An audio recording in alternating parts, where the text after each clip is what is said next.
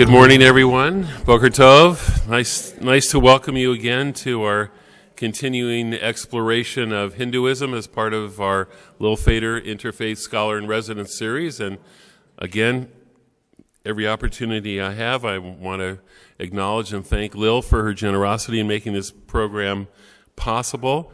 It's hard to believe we're in our 5th year.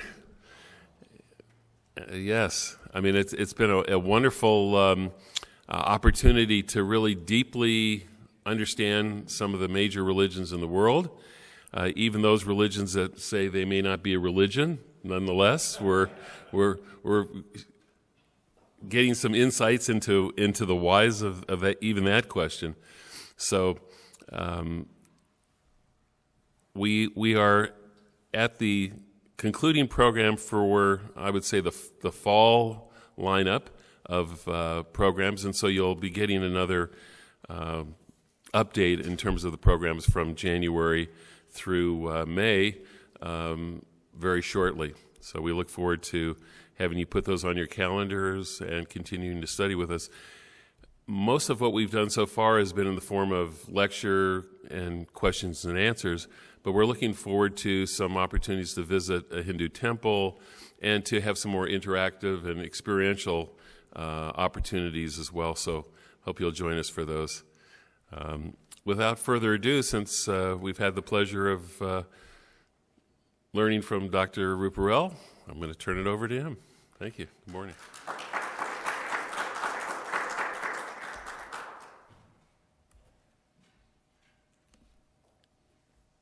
All right, good morning. Thank you so much for coming. It's a very nice Sunday.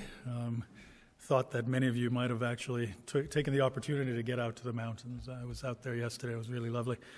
All right, so today I want to talk a little bit about irony, but also sort of different aspects of this irony. It's not going to be a kind of literary discussion. The ironies are really all about how, and I've said this before, Hinduism really doesn't throw anything away. So it just accretes layer upon layer, tendril by tendril, it sort of spreads and it just keeps everything. And so we find that in Hindu tradition overall, aspects of Hinduism which are actually quite contrary to the sort of big tradition of Hinduism, or big traditions, I should say, of Hinduism, are, side by side with these traditions. So you've got a huge amount of contradiction and contrariness in some ways, and that sets up all kinds of interesting ironies. You remember from previous sessions, we talked, first of all, about this particular term, Varnasrama-Dharma, and it's a compound term including 3 different ideas. Varna, the word literally means color. Ashrama literally means resting place. And of course, dharma, a difficult term to translate, but we've been talking about it as the moral and metaphysical foundation of the universe and of our social lives. So varna, meaning color, really is a sort of ethnic holdover from the number of immigrations into India over the millennia. And the social structure tended to take some ethnic lines such that people of different colors tended to perform different functions in society. And so often people talk about the caste system in India. Really, Varna is what they are referring to, but it's not really properly termed caste. It really should be called the class system, just like everybody else has class systems in their societies. Varna refers to a 4-part class system. There are the priests and scholars, the soldiers and government types, there's the merchants, and finally the workers. And there's people who are outside of the caste or class system. They're often called outcasts, right? And we call them Dalits now, the people who are oppressed, or the broken people.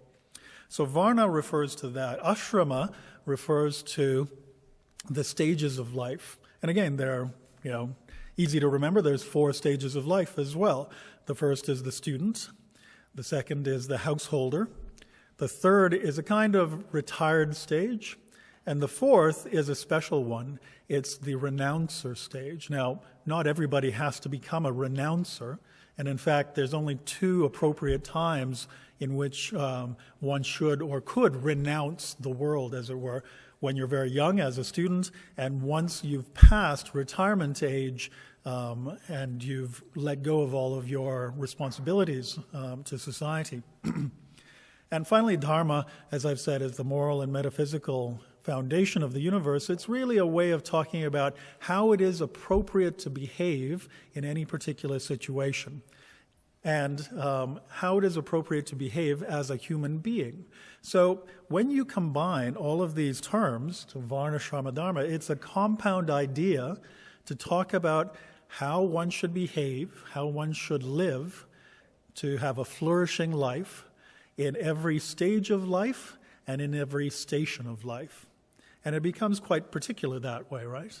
One of the common statements, one of the common sayings in Hinduism is that everyone knows that there is Dharma. The job of one's life is to figure out what your Dharma actually is. That is, what is it, how is it right or appropriate for you to live in your station in life, in your stage in life as well. And that will change as you develop as well. Your station, your class in life may actually change. You might have come from a family of merchants, but you particularly might be, a CEO, or you might be in government, or you might be a soldier, or whatever it might be, or you might be a laborer. So Varnasrama-Dharma is really a way for Hindus to understand their place personally in life, but also their place in their social structure. And so it has sort of become the de facto way of structuring society. Everybody sort of knows their varna and their ashrama, and they work out their dharma in fear and trembling as they go. Now, as I said, it's become the de facto sort of way in which Hindu social life is structured. It's therefore become rather conservative. It, as any social structure like this, would seek to try to make sure that there's some continuity and some conservation of its implicit values. Now, it is a kind of flexible system. As I said, you can change your class in society. And of course, you change as you grow into different stages. And so there's a lot of flexibility and a lot of particularity as one goes through social life. At the same time, it is, as any structure, also prone to becoming more concrete and stable and ossified. It becomes not so much a structure from which you live, but a structure a structure which kind of imposes certain structures, certain ways of living. It can become very duty-bound, I suppose. It, therefore, has the possibility of systematically oppressing certain groups, certain parts of society, including women, Dalits, as I've mentioned earlier, the people who are sort of outside of that class system, and what we might call heterodox traditions. So today I want to spend a little bit of time talking about these traditions, and as I said, what really is kind of interesting, I think, about them. Of course, every culture, every society will have sort of dominant and less dominant traditions. The interesting thing I think about Hinduism is that they seem to all be conglomerated together in a sort of tension which doesn't really get resolved terribly well. All of these tensions still are active and alive, and because of this, the dominant tradition always has a kind of asterisk next to it. When I've been talking about how Hindus view life or how they live, we should always sort of remember, well, there's a bit of a footnote here. There's lots of debate and there's lots of undermining and contrary positions. So that's the kind of, I think, tense equilibrium, or this kind of calculated paradoxicality I mentioned right at the beginning of these talks. That's where this paradoxicality kind of fits into Hinduism. I think most Hindus are aware of this paradoxicality at some level or another. They may well tell you, if you've got Hindu neighbors or friends, they might tell you, well, this is what Hinduism is. We have these festivals, we have these gods, we have these rites of passage, all of these kinds of things. But I think that when you scratch the surface and ask a little bit more deeply, they might admit that, well, yeah, this is my family's tradition, or this is how I've learned it, but I know that, my friends over there, they do things rather differently, and they have worship towards different deities, for instance, and things like that. So there's always this kind of yes, but aspect to the major tradition, right? All of these areas, these oppressed groups, pose these implicit and explicit critiques, and so I want to spend a bit of time talking about these things. The response by the the dominant tradition, is really to have tried to incorporate and appropriate some of these ideas. But as I say, that incorporation and appropriation has not been perfect. There's still tensions there. They've not been able to completely kind of homogenize those critical traditions. So we've got these various ironies that we can have a look at. And as I've said many times, what is true about Hinduism is simultaneously not true. And it's in this asterisk, or this kind of ironic aspect, that I mean that. So let's talk about some of these minorities. First of all, the whole area of women in Hinduism. And I have to put in a caveat right now. I certainly, obviously, am looking at this from sort of historical and kind of a scholarly perspective. I certainly don't want to mansplain anything here. I realize that I'm speaking from an outsider's point of view, and if you had a woman speaking about Hinduism here, she would probably give you a rather different take on all of this, having come from being subject to some of these aspects. And of course, not every woman has the same experience, right? So with that caveat out of the way, let's talk a little bit about this. First of all, women in Hinduism have, I think, a rather ambivalent status. And that ambivalence is not easy to square. There's a paradox in the sense that in Vedic and non-Vedic traditions, so in the earliest and so the Orthodox and the non-Orthodox, the earliest and even later periods and aspects of Hinduism, there is a strong support for what we might call a feminine divine or a female principle, as well as the actual status of women in the society. So in the Harappan tradition, the very earliest Hindu or Indian traditions, it was agrarian, right? Matrilineal tradition, so property and status were passed on down through the matrilineal line. And from what we can see, it really was based on a goddess tradition. The main deities were deities of fertility, of fecundity, and of wealth, as it were, of prosperity. Now, as you know, the Harappan civilization is known to us largely through archaeological evidence. We don't have a translation of their script. If anybody here wants to have a go, this would be Nobel Prize-winning stuff if you could translate the Harappan script. So what we've seen, or what we can garner from all of this evidence is, as I say, it's probably a goddess tradition. At the same time, there were deities that were clearly male as well. Later on, in the Vedic tradition, it becomes more patrilineal. So we see some of the male deities that you see in the Harappan civilization become more and more prominent. At the same time, the Vedas, the most ancient Hindu scriptures, show a very strong egalitarian attitude towards women. Male and female were partners in the sacrifices and rituals, which really were the kind of generative center of the Vedic corpus.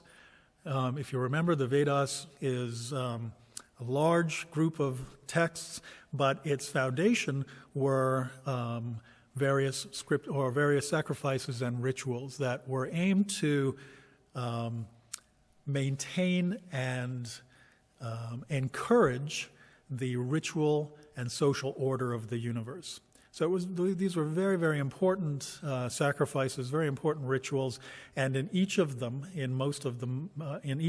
most important ones, both male and female needed to be there. They represented two aspects of the divine, two aspects of the universe, the male and the female. The female divine, or what we might call Shakti, is understood to be coeval and equal, egalitarian with the male. So it wasn't as though there was first the male and then the female. They were both created. They're not created, really. They have always existed equally and primordially the same, right? There's never been a hierarchy between those aspects of the universe or aspects of the divine. The Shakti, the understanding of the female divine, is thought to be in sort of two forms, the fierce and the familial. The fierce is the aspect of female divinity and female sexuality, which is an uncontrollable and incredibly powerful force. Shakti is understood to be the kind of energetic force at the heart of divinity itself. It's the power. It's the real power behind the throne, if you want to talk about it that way. And in that sense, it is almost uncontrollable. It's something that, if it is not managed and negotiated through ritual and sacrifice, threatens the destruction of the entire universe. So with this, the male aspect of the divine tends to be, as it were, not so much a kind of control, but rather a shaper of this power. It articulates the power in a certain way such that it becomes creative rather than destructive. And so the two together are required for the development of the universe.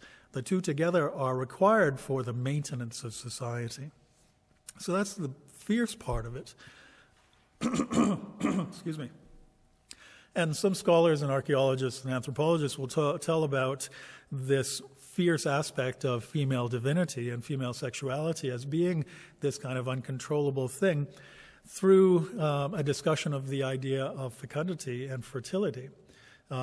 Women have the power to give birth.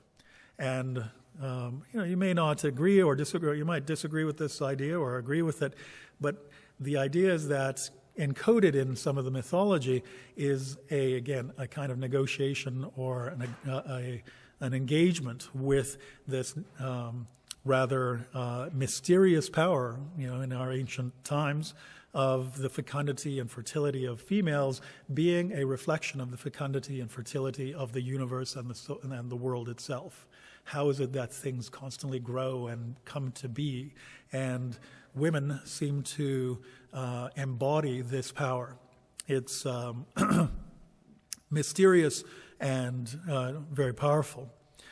The familial aspects we see much more in the later goddesses of the Hindu tradition, where these female divinities represent the sort of foundations of family life and social structure, such that they are providers. The goddesses that I'm talking about tend to be the ones of wealth and prosperity. They're providers of knowledge as well. These female goddesses are the goddesses of wisdom. And so in these ways, the two kind of aspects of the female divine are articulated within Hindu tradition. In the Vedic period, we see, for instance, 20 of the mythical seers or hearers of the eternal Vedas were female. So of the most foundational or most authoritative human beings who received revelation, heard the sacred sounds of the Vedas, 20 were female. in the Brihadaranyaka Upanishad, one of the parts of the Vedas, and one of the most important philosophical texts of the scriptures. One of the most important theologians is a woman named Gargi, whose dialogue and conversation with her students really articulates some of the main philosophical presuppositions and ideas and concepts in Hinduism. So within the Vedic period and the Harappan period, we see a really strong role for women and a valorization of the female principle within Hinduism. But things change. In the Brahminic period, you have a real patriarchal shift. So this is probably from about the 2nd or 3rd century before the Common Era, almost certainly through the Middle Ages and into what we might call the Hindu Reformation or Renaissance in the 18th and 19th century. So we have a very long period in which the Brahmin priests, who were mostly male, almost always male, tended to dominate. Women in this period tend to get denigrated to a lower status, excluded from ritual and access to scriptures. So the big question is why? What happened in this in this period? Well, scholars speculate that around this time, in theological circles, the idea of renunciation becomes much more prevalent. Renunciation of the world, renunciation of our ties to everything that kind of embodies us in the world, including bodies, sexuality, desire, all of those sorts of things. And of course, if women are a reflection of the fecundity of the universe and the fertility of the world, if they are a reflection of the power of sexuality, then women get turned into something to be renounced. Now this, again, there's some debate about this, but it seems to make some sense because around this period you see the growth of more classical forms of the doctrine of karma and of renunciation. The sannyasin ideal, the renouncer ideal, also becomes much more prevalent. So we see a much lower status of women, and it is fairly early on in Hindu tradition, well, I guess not so early on, it's in the Common Era, that we see the development of, for instance, child marriage, of limited access to education, and the limited access to any role in society outside of the family. We also see a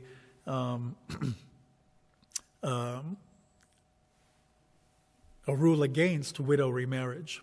And this becomes really a very large problem because when a child is married, and we're talking about girls as young as 9, 10, 11, 12, who become promised and then married to a much older man, and of course lifespans are certainly a lot less at that time, it could well be that the husband, who dies in his 30s, leaves a wife behind who's still in her teenage years. And if that woman cannot be remarried, then as a social phenomenon, widow remarriage becomes a really, really big issue. So I could go on in discussing all of these things. I think perhaps in the next semester, in the winter, we'll get into some of these more detailed discussions, probably through things like films and documentaries. And I think you've probably heard me talk quite enough this semester. If we can see it and understand it through some of these this literature and the films, we'll be able to get more of an idea of what some of these issues really feels like and looks like. At the same time, of course, it's not unequivocally bad. It's never completely black and white. There have been some very notable Hindu women across history. There's artists and authors, and I won't go through all the lists. There's mystics and teachers, and of course there are very famous queens and rulers, actually. And this goes back certainly through into the 9th century. You've got a long history of poetry and music, particularly in the mystical areas. You've got religious teachers and devotees, female devotees. Mirabai is a very famous one from the 1450 to 1547. She wrote a lot of very beautiful and long-lasting devotional poems, which are still sung and used in many Hindu traditions now. In the modern period, since 1955, the Constitution recognizes the historic injustices towards women and excuse me, puts into legislation the value of egalitarianism as well as the safeguarding of these rights. And of course, this is fairly late in the game in certain ways. We have to remember that India only became independent in 1947.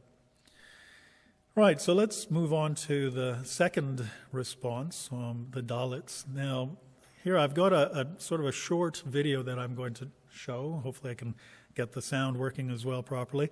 And it's a little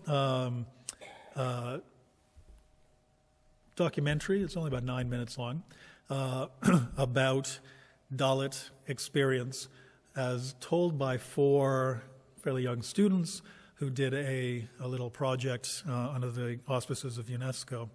So Dalit, as I mentioned, is the oppressed. Harijans sometimes are called. Harijan literally means child of God, or oftentimes called untouchables. We'll talk a little bit more about this after the video. The responses to this marginalization, to being outside of the typical or the orthodox class system, has been through this marginalization. Of course, they have converted in large numbers to Buddhism, for instance, and Christianity, and they have developed their own traditions of devotional Hinduism. So this bhakti idea, that's devotion. And these are all sort of in parallel. Of course, the converts to Buddhism and Christianity are sort of outside of Hinduism now, but their development of their own traditions within Hinduism are in parallel to the orthodox or the dominant traditions. And of course, there's been a fair bit of political agitation. So let's just look at this little video here. Now, hopefully you can hear it properly. Let's see if we can make it work.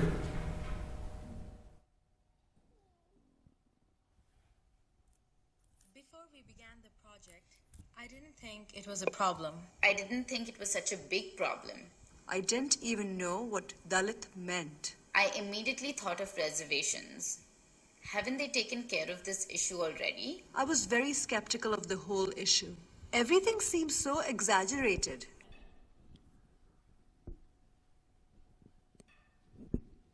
We were to research the quality of protection available to the Dalit girl child. But before we could begin, we had to come to terms with the issue itself. We had to revisit questions. Questions we had previously thought we knew how to answer correctly. It's become much better. Earlier, like I'm sure you heard of the untouchables and those kind of things. That doesn't happen in India. I think, this whole thing is very, very, 1960s. It's just not contemporary at all. These were clips from interviews we did around the city.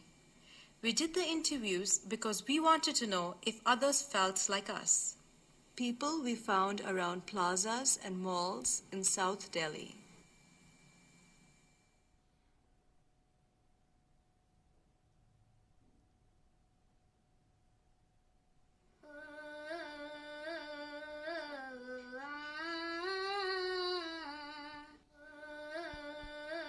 I was having a hard time remembering how I felt before we started the project. So I'm glad we did these interviews in the city.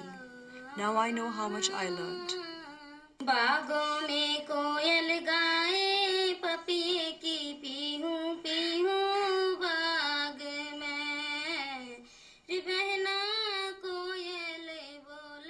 We went to a village in Panipat district in Haryana to see the condition of Dalit children. We really didn't think we would find any traces of discrimination. After all, this place was barely 2 hours outside Delhi. And people we interviewed in Delhi felt the same way. It may exist in backward places, but as such it's deteriorating. And can you define backward places? That's the last one. Backward places in the sense from remote villages and all.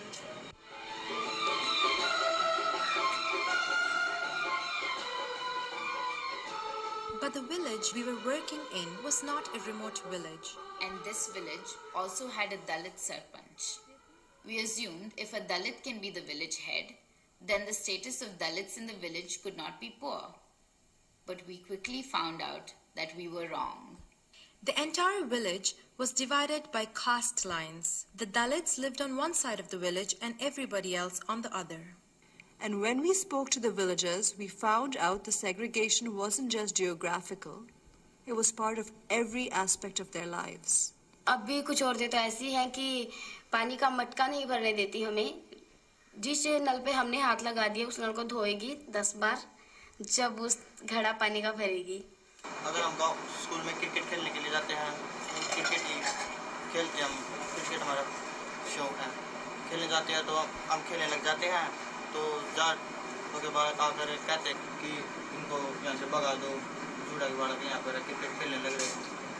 हम उनसे ज़्यादा कुछ कह नहीं सकते, क्योंकि अगर हम कुछ बोलेंगे तो जब ऐसे झगड़ा कर लेंगे वो तो पैसे लगाकर छुट जाएंगे, हम पे वही केस वेस चला देंगे, इसलिए हम खेलने नहीं जाते वहाँ पर।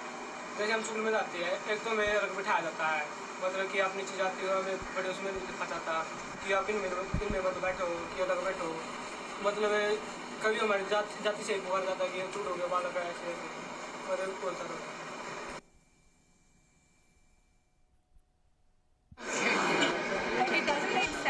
You can't treat anybody as untouchable. Everybody is a human being, everybody is born equal, you can't just treat anybody untouchable. S's and STs, we know it exists, but untouchability is far more extreme. I think that should be eradicated completely. I mean, don't you face discrimination as a woman? Oh, that's of course an issue. I mean, you face discrimination everywhere. I face discrimination because I'm a long hair. I mean, I could face discrimination because, whatever. I mean, discrimination is a part of life. I mean, that's something you get everywhere.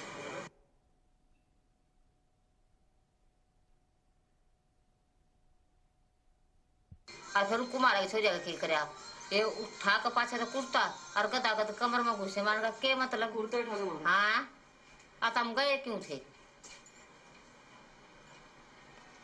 This is Kusum's mother. She is describing how Kusum was hit at school by her teacher. The day after the incident, her mother went to school to complain to the headmaster.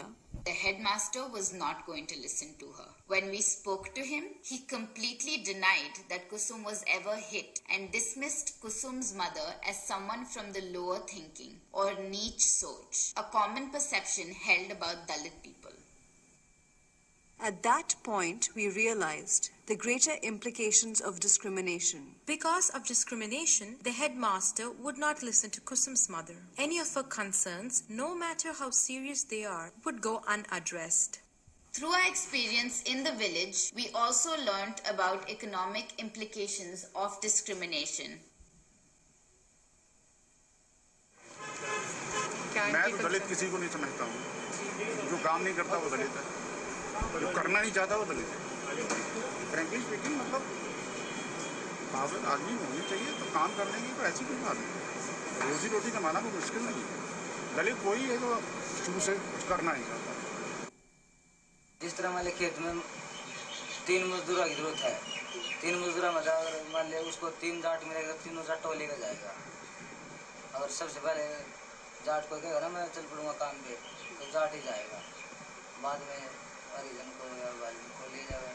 जिस तरह मान लिया उन्होंने मजदूरी पे बुला लिए, चमार या वाल्मीकि को बुला लिए और उन्होंने मजदूरी करवा ली, 1000 रुपये बन गए तो मान लिया उन्हें 800 रुपये दे दिए और 200 रुपये दिए। जिस तरह मैं चाहूँ ना अपने गांव में अंदर पे मुझे ज़मीन नहीं मिलेगी, अगर वो मान लिया 1 लाख की भी होगी तो मैं 1,10,000 रुपये दूँगा, उसको मुझे नहीं मिलेगी, हमारी बिरादरी को नहीं देगा वो।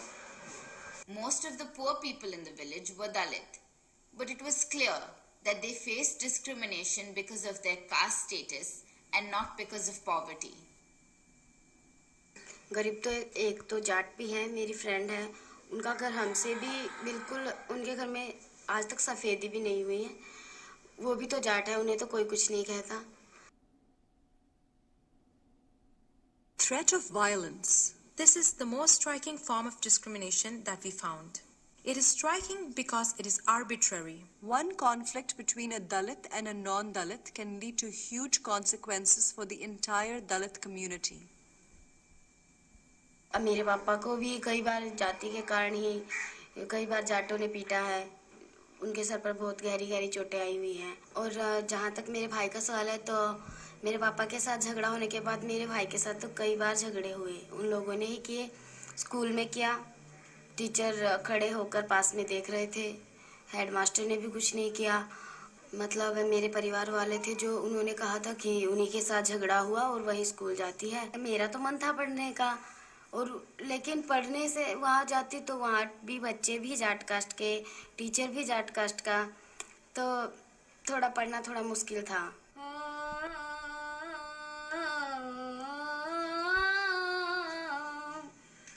धाना की हरियाली मेरी मिझ में होवन लगी है, ते मैं हो.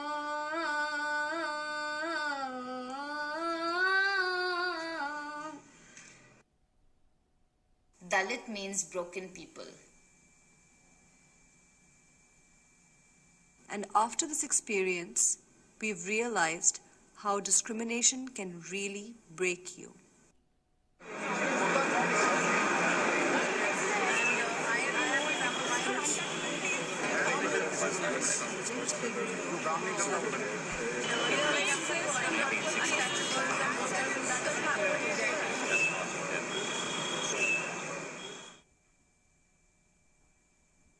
We went to the village to learn about discrimination. Now that we have returned, we realize the need for a new focus. It's our turn to answer some questions. भगवान ने सबको हाथ पैर दिए. Backward places in the sense of remote villages and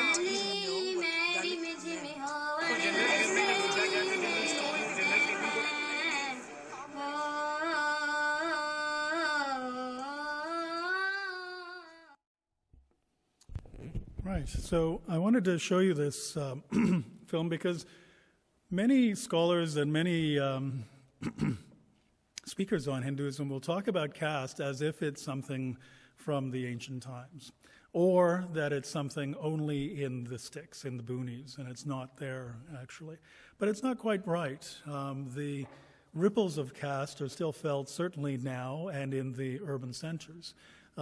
Certainly the large number of misconceptions, as the documentary showed, among urban people would maybe tell you that it doesn't really exist anymore.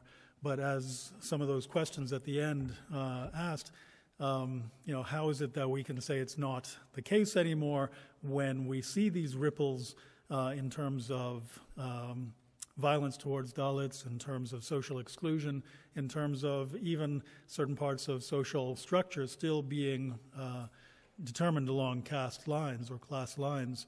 So as I mentioned at one point earlier, if you look at the back pages of most Indian newspapers, you still have matrimonial pages where people are looking for partners for their children or for themselves, and they're often organized along sort of class or caste sorts of categories. So it's a really complicated topic. It's certainly there. There's certainly a lot of discrimination and prejudice still present in Indian society, and it is part and parcel of Hinduism. It's not something that you can actually say, well, Hinduism is all about these lovely concepts and ideas and practices, and yes, of course, caste is really just a political or social fact, and the two don't really have much to do with each other. It's not the case. Varnasrama-Dharma, that tradition of social structures, creates class, creates castes. They did use the word jat a few times. The word jat comes from jati, and it literally means your birthplace or your birth circumstances or birth station. you are born into a birth station of, let's say, carpenters or metal workers or something like that. So that actually is where caste really hits the road. When people talk about caste, they're really talking about all of those particular local traditions passed along family lines hereditarily. They're not talking about the Varna, because Varnas are functional classes that you can actually move back and forth from, but you don't lose your birth station. You don't lose the family and the tradition to which you were born. And that can stay with you, and that can be the basis of this kind of discrimination and prejudice. So I mentioned in the series of lectures in November, for instance, my name, Ruparel. My family's from Gujarat, in the western part of India. Ruparel, it's a little bit hard to actually figure out what the meaning is, but it probably has something to do with merchants of shiny things. Rupa literally means sort of shiny things. It's likely silver or diamonds, because there's a lot of that kind of business around that area. In fact, Gujarat is still one of the biggest centers in the world for diamond polishing and cutting. So it's possible that my family had some background in that. But the actual jati that I belong to is called Lohana. And the tradition there is that they came from probably further northwest towards Afghanistan, and they were likely soldiers. And so that Lohana tradition, if, for instance, I wanted to, very happily married, but if my kids wanted to go and get married to somebody and we were part of this system, part of this tradition, traditionally what we would do is we'd be looking for partners who are also in that community. And again, you see this in every culture to some extent as well. What I think is different about the jati system in India is that it can hold a great deal of oppression and prejudice. It can mean that as a particular jati, you are not really allowed to be engaged with others. In some ways, the Dalits, as you saw, they're not allowed to be in the same physical location as other jatis, right? If they've used a tap, people consider that to make that impure. If you, in the worst situations, a Dalit who enters into a temple, and they are allowed to go to temples, but some people might suggest that they bring their ritual impurity along with them into the temple. So, as I said, it's quite complicated and nuanced. Every Dalit story is rather different. I don't want to sort of say, well, this is all of Dalits and all of the rest of Hindus. But you can see that clearly this is a real issue that's not going away. Even though it is, by law, illegal to discriminate on the basis of class or caste, it still happens a great deal. They talked about reservations, and this is actually a fairly big issue even now, even this week. Reservations are a way, or the name that the Indian government talks about for positive discrimination, for creating spaces in government jobs, in universities, in various places for traditionally underrepresented and oppressed minorities. And, of course, this is a really very big political hot-button sort of topic. As I said, this week in Gujarat, which is going to the polls on Saturday, coming that Saturday, the question of reservations has become a real hot-button topic. A particular jati, a particular community has agitated for more reservations for themselves, more spaces in universities and in governments for themselves. The weird thing is that this particular group traditionally have been quite wealthy farmers. And because they're a fairly small minority, even though they've done pretty well for themselves, they are agitating for even greater access to government jobs and university places and things like that. And given that Prime Minister Modi of India himself was a Shudra, a laborer, right? His family was actually, well, I guess Shudra or maybe a merchant. His family were tea sellers in the train stations in the village that he grew up in. He's become Prime Minister of India. So it's a great sort of rags to riches story. But a lot of people, because of his background, solicit the government to say, well, look, if Modi has been able to rise so much, surely just giving us the chance, giving us an opportunity to be in these situations, in these positions, we will also become, potential prime ministers of India, those sorts of things. There's a lot of politics involved in the caste and class system, and what I wanted to try to point out is that, again, these are constructed categories that you see within the Hindu tradition, right? They're not non-religious categories. So let's move on finally to the last bit, and we won't spend too much time on this. There's a lot to say, but I'll just try to mention a few of these things. These are the traditions that are not part of the orthodox or orthoprax center of Hindu belief and practice. They're called, one of them is called Charvakas. They're called the Materialists. And the Charvakas do not accept the authority of the Vedic scriptures. They do not accept the existence of deities or God. They don't accept the idea that we have a true self or a soul. They are pure materialists in the sense that what you can see, what you can experience through your senses is all that there is. Right? There are no souls. There are, of course, minds and personalities, but when we die, that's all that happens. And this is a very old tradition within Indian thought. It's thought to actually exist prior to the Vedas. And so we're talking about 2000 BCE. And these traditions, the scriptures or their texts have long been lost, but we know about them because the Vedic scriptures and the later Brahminical scriptures make reference to them. And you can tell by those scriptures, those references, that there was a long history of debate between the Charvakas and the Vedic Hindus. The Shramana movements, these are the movements that really spawn Jainism and Buddhism. A Shramana is a wandering ascetic.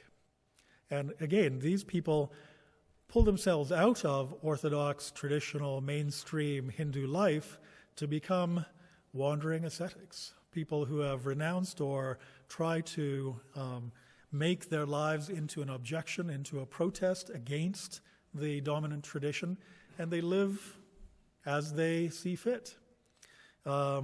These wandering ascetics, because they renounced, were often valorized as great heroes in some sense.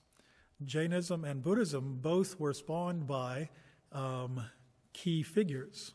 In Jainism, we have Mahavira, who is the one, well, there's a long line of them, but the 24th Mahavira is the founder of what we now think of as Jainism. And of course, the Buddha, Gautama Siddhartha, was the founder of Buddhism. Both of them were Hindus who rejected all of mainstream Hindu thinking and went out on their own to search for truth, search for wisdom. And their teachings and their lives form the foundations of those traditions. The last one we'll talk about is Tantra. And of course, this is one of the areas that many people know about or hear about in Indian thought and belief, Tantric Hinduism. It started out as outside of Hinduism, but now, as I've said, the general way Hindus deal with these kinds of things is they sort of enclose around them and try to incorporate some of their teachings and practices. And so Tantric Hinduism now is really a form of Hinduism. There are two types, Shaiva Siddhanta and Trika Shaivism. Both exist primarily in the far north of India, in Kashmir. And I've just given you a basic idea of what they believe. Shaiva Siddhanta believes that the universe is dual, that there is the Lord or the Pati and the devotee or the Pashu. And all of our lives should be centered around this major connection between Lord and devotee. Through devotion, one ties or one brings closer together the tie between the Lord and the creature. And eventually, even though there's never a kind of unity, there is a type of devotion, a love, and service which is emphasized in Shaiva Siddhanta. So it really is a bhakti tradition which emphasizes the emotional and physical attachment between the Lord and the devotee.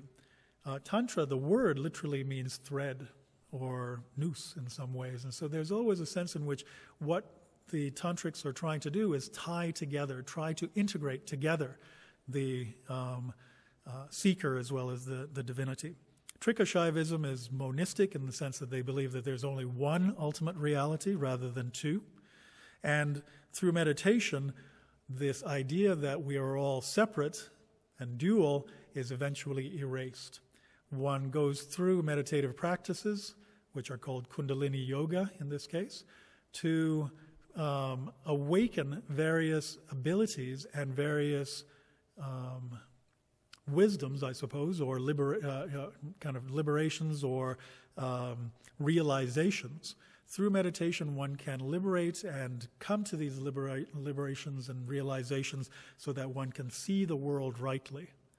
Now, the difference between Tantra and more mainstream Hinduism is a focus on what we might call anomic practices, things which are thought by the center to be outside of the appropriate ways of doing things, outside of the lawful or right ways of doing things, outside of even the kind of the righteous ways of doing things.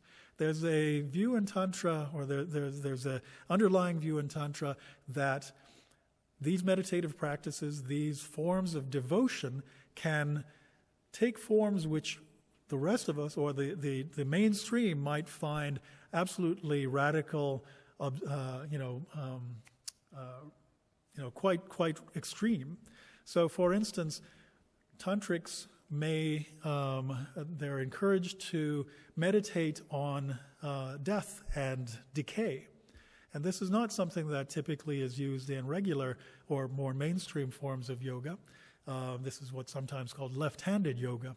So they will meditate on decay and death and disease. They will meditate in place, in situ, in graveyards, in charnel houses, in places where they do butchering, things like that. They will spend time with people with diseases, right?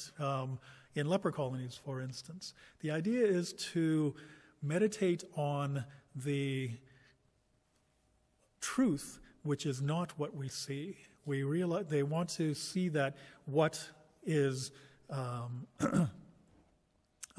in our sort of phenomenal world is but fleeting.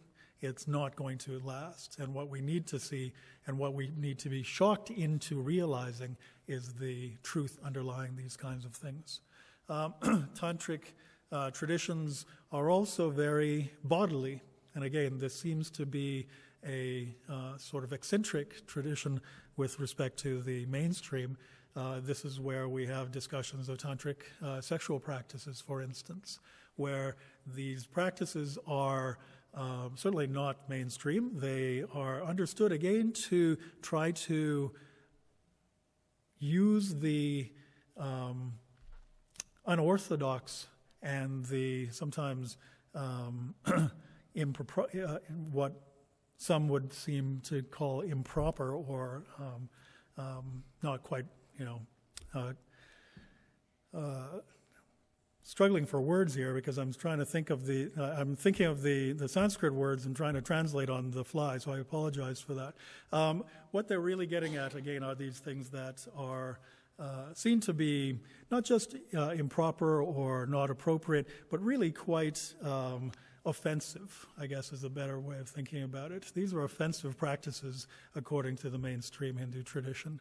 And so sexuality, while not offensive, is not understood to be a kind of spiritual practice among mainstream Hindus, whereas for the Tantrics it is. It's both symbolic of the unity of the Lord and the creature, but also symbolic of the various manifestations of the divine, the female and the male, the feminine and the male divine as well. Right? So we've got these various different aspects of Tantra. It's probably one of the more misunderstood aspects of Hinduism. It's one that gets a lot of press because of tantric sexuality. What I want to try to get at is that it's a rather radical form of Hinduism, minority tradition, but one which forces or encourages the practitioner to kind of go beyond the typical boundaries of appropriate social order and things like that. Right? So often with Tantra, the fact that many people live on a certain level of consciousness, knowing that we all live on different levels of consciousness, which would be another discussion perhaps to bring in another time. But when your awareness of divine connection, in marriage even, that in the mainstream, many people today have a huge disconnect, young couples, because they don't understand some of the teachings both in Judaism as well as in Hinduism, in Tantra, that the people who have gone, I've been to India, I've seen the school of teachings, that for someone who's not aware of what the underlying teaching is of unification and divine connection, that it can be seen as very crass and very inappropriate. And if you are not, as in students who study Kabbalah, that if you haven't been brought into things very slowly and understand the foundations, you are going to have a very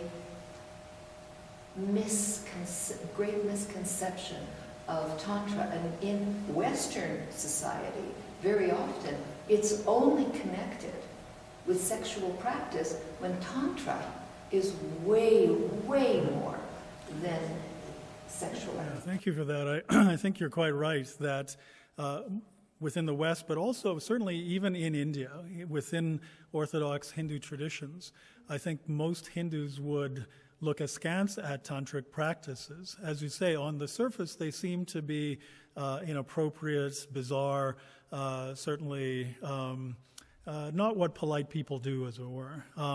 Once you understand the depth of the tradition, you can see why those practices exist. As I mentioned, there are particular sorts of fairly out there practices that they would encourage. Part of it is to, of course, articulate the depths of their own understandings, but there's also an aspect in which shock value is used pedagogically. In Zen Buddhism, for instance, there's a particular type of Zen where a teacher might actually try to shock the practitioner into a form of non-cognitive awareness. When you are shocked into something, all of your ideas are somehow dispelled and you get back to a kind of pure level of consciousness. So you see sometimes where a teacher might whack the sitting practitioner on the back with a stick. The idea is to shock them into letting go of all of their preconceptions and their ideas.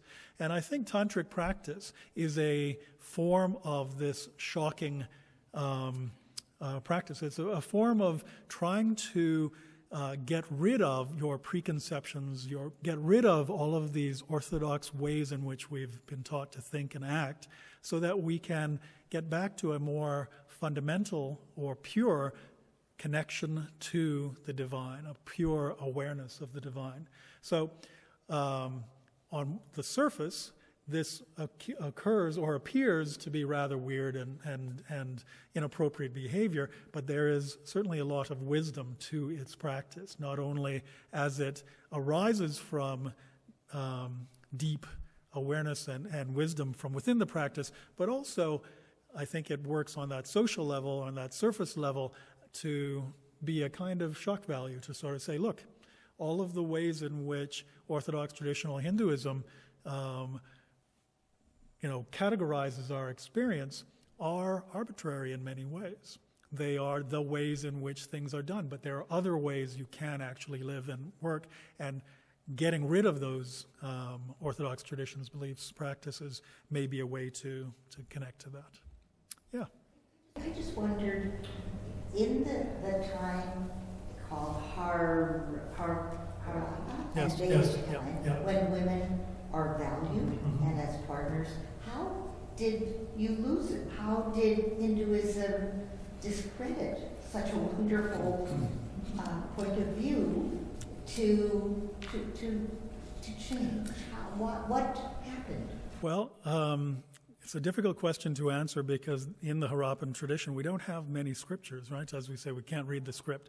So we are seeing a change in the material culture.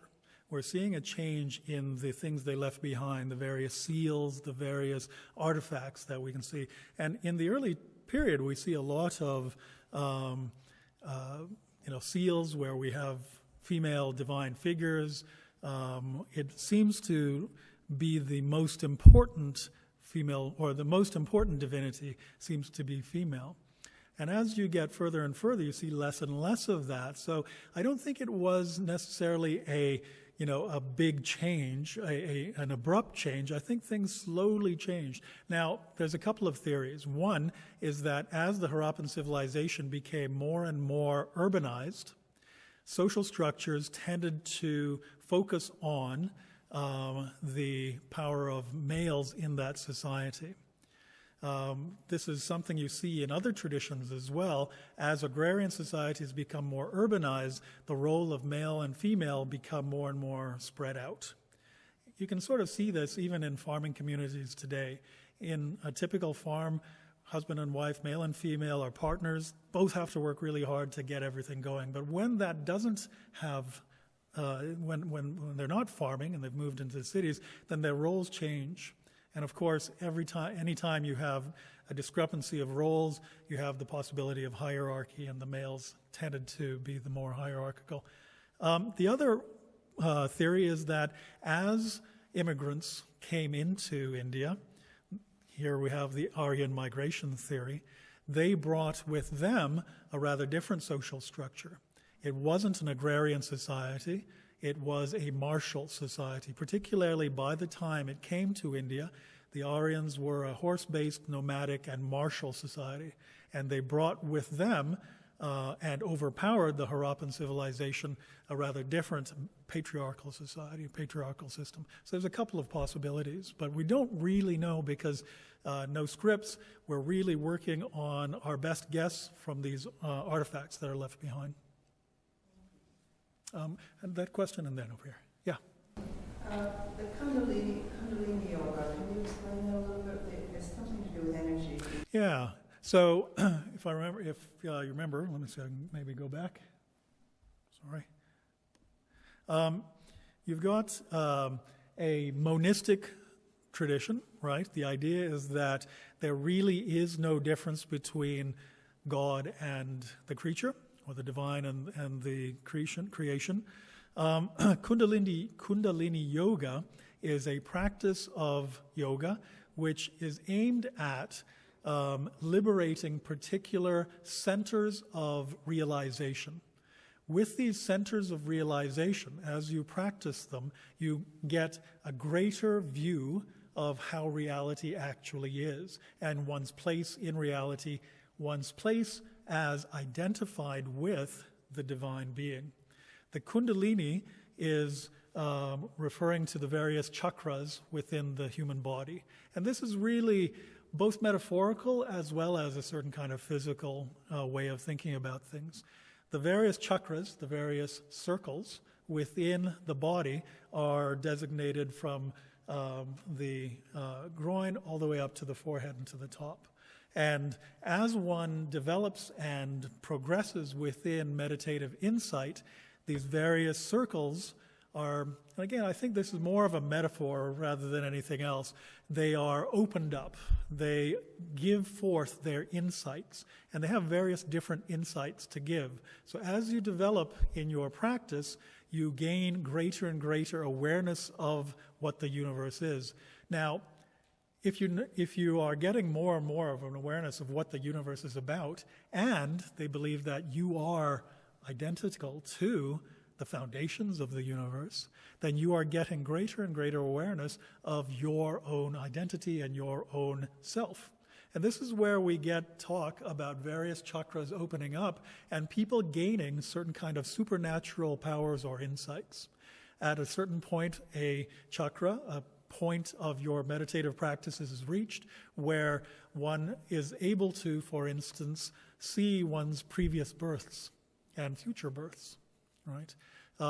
As you get further and farther, a chakra is opened up in which one gains an insight such that one can understand how the universe and its natural forces work, and one can manipulate some of those forces. So, for instance, people have claimed that once a particular state of meditative practice is reached, one can manipulate physical forces so that you can levitate, or perhaps be in two places at once. So these are part of the tradition. Of course, practice is different, right? And when you hear about people opening these chakras or things like that, again, you have to really try to contextualize and say, okay, what do you mean by this, right? Are you talking about awareness of the physical parts of the universe? Are you talking about awareness of your own rebirths and things like that? So that's what that kind of yoga is aimed at doing. And as I say, I think the chakras have a physical location, and so I think practitioners talk about feeling the opening up of particular aspects of their bodies. They physically feel these things, but really they're talking about insights and awareness. Does that help? And different organs are connected to every one of the chakras. Yeah. And when you're sitting in meditation, if the root chakra, for example, is the color red and represents groundedness and a transformation and flexibility, that if you are aware of the teaching, when you are sitting in the energy field, you are one with yourself, working with the energy which arises from the base of the spine. Yeah, thank you for that. I mean, I'm not a practitioner, so I'm not speaking from within the tradition here. Clearly, you have more experience about it than I do. You had a question. Is there a chance that the caste system is diminishing with more enlightenment coming? It's a really good question. Again, I think if you went to India and you talked to people in the cities, they would say that. And that's why I wanted to show that film, because I think that's still largely a misconception in many ways. I think as the Hindu diaspora has spread, the social structures for Hinduism, how it's articulated in Canada, for instance, is rather different than how it's articulated in India. And so overall, I would say that, yes, it is diminishing, but it's still a serious social problem.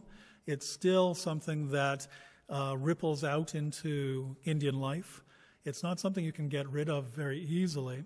For instance, I talked about how the Dalits, one of their responses was to convert out of Hinduism and become Buddhists or Christians, sometimes Muslims, various traditions, Sikhs. You'd think that, well, this might be a way for them to actually get out of the caste system which has been oppressing them for so long. But what happens actually is that they bring their caste system into the communities of conversion. So, for instance, in South Indian Christianity, one of the sort of recalcitrant problems they face is that even though within Christian tradition there are no castes, as it were, their church services are still structured along caste lines. So there might be 2 or 3 different services. Certain communities are very welcome in one, but not in others. So it's really difficult to pull this out. It's a very ancient social structure, and it's really difficult to uproot it and get rid of it, even though it's something that Dalit communities are consciously and actively trying to do. It's an uphill battle. Is there a dictionary with all those terms in it? Well, actually, I do have a bibliography of a chapter I wrote an intro. So you know what? I'll photocopy that and make it available so that people can, have it available. It's not a very long bibliography, or glossary, I should say. And then there are a couple more. And I think we're almost done. That's right. In the past 20 years, though, there's been the rise of Hindu nationalism and the current party in power. Has that reinforced some of the negative or conservative aspects? It's a good question. Yes and no, as usual. It has reinforced some of the traditional problems because the Bharatiya Janata Party, the BJP, which is in power now, has encouraged and ridden on platforms which are very pro-Hindu. What constitutes or counts as Hindu has become a bigger question in the last 10 or 15 years than it has been for millennia previously, really. Whereas what constitutes or what counts as Hindu has been a very flexible question, a very flexible sort of issue, and I think has been a strength for Hinduism overall. In the last 20 years, various political forces have suggested that if you are not a part of the orthodox Varna system, that is, if you're a Dalit, you're not particularly Hindu.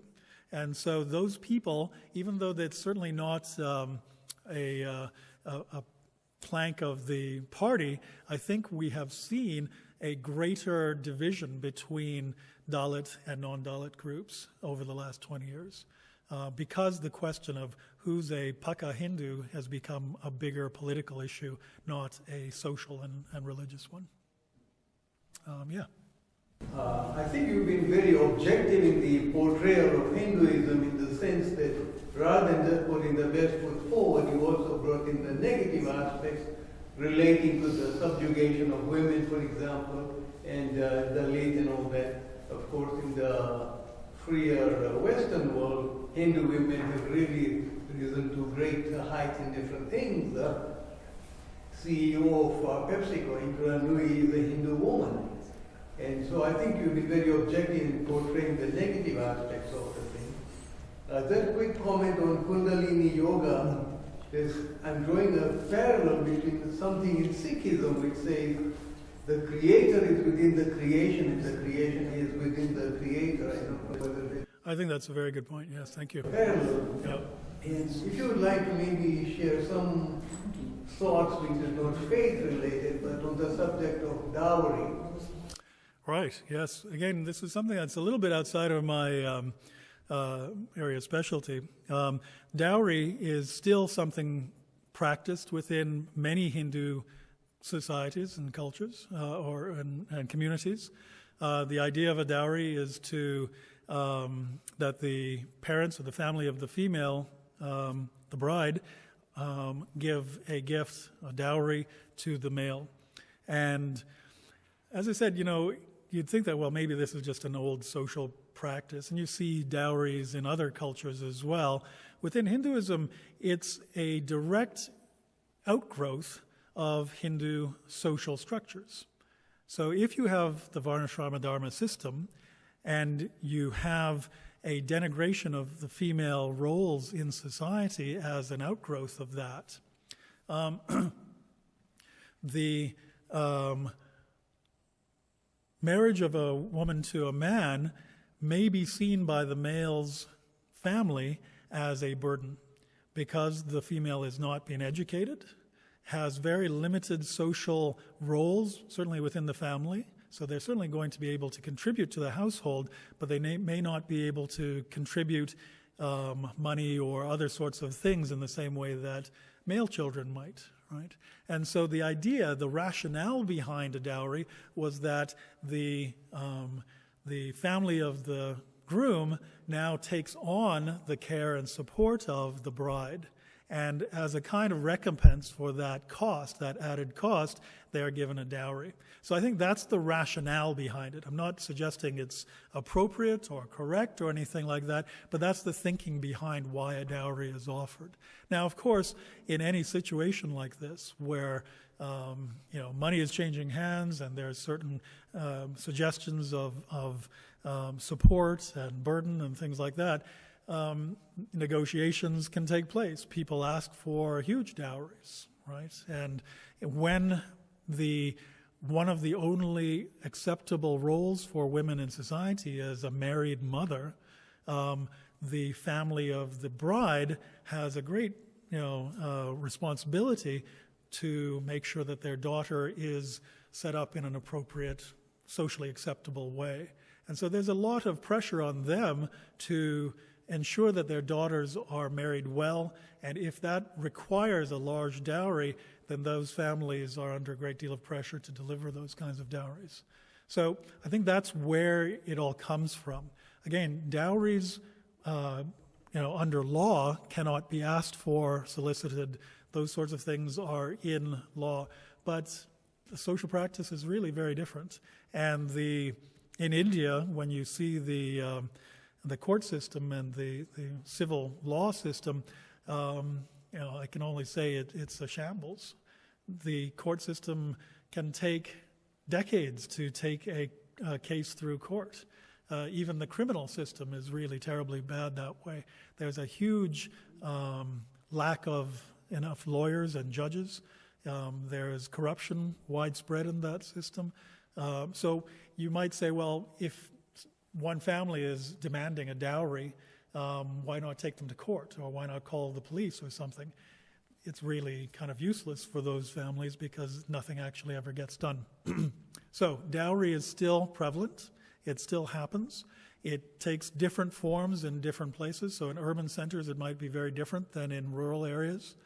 The amounts that are asked for really depend on the particulars of the situation. But it is still an expected aspect of marriage. In the most, I suppose one might call enlightened situations, dowries are symbolically given. So in the wedding ceremony or prior to the wedding ceremony, gifts are exchanged between the families as a symbolic aspect of the dowry. So it's still practiced even if there was no real money or property being exchanged. I'm not sure if that helps. Any more questions or comments? And one statement I wanted to make about the wedding, looking for a partner. When I was in India 2 or 3 years ago, I was looking at all the ads for brides and for grooms to get together, but there were 2 that were looking from Calgary with a particular need of status, yes, the type of job, and to reply to this. And I remember opening it up and thinking, why think only of one part of the world? Sure. That we have people here. Absolutely. It's actually widespread throughout the diaspora of Indians around the world. The idea of marriage within communities, within class or caste is certainly there. Thank you. We have it in Judaism.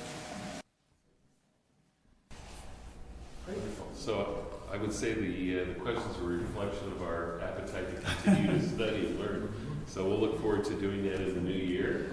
And again, a thank you to Dr. Burrell for some very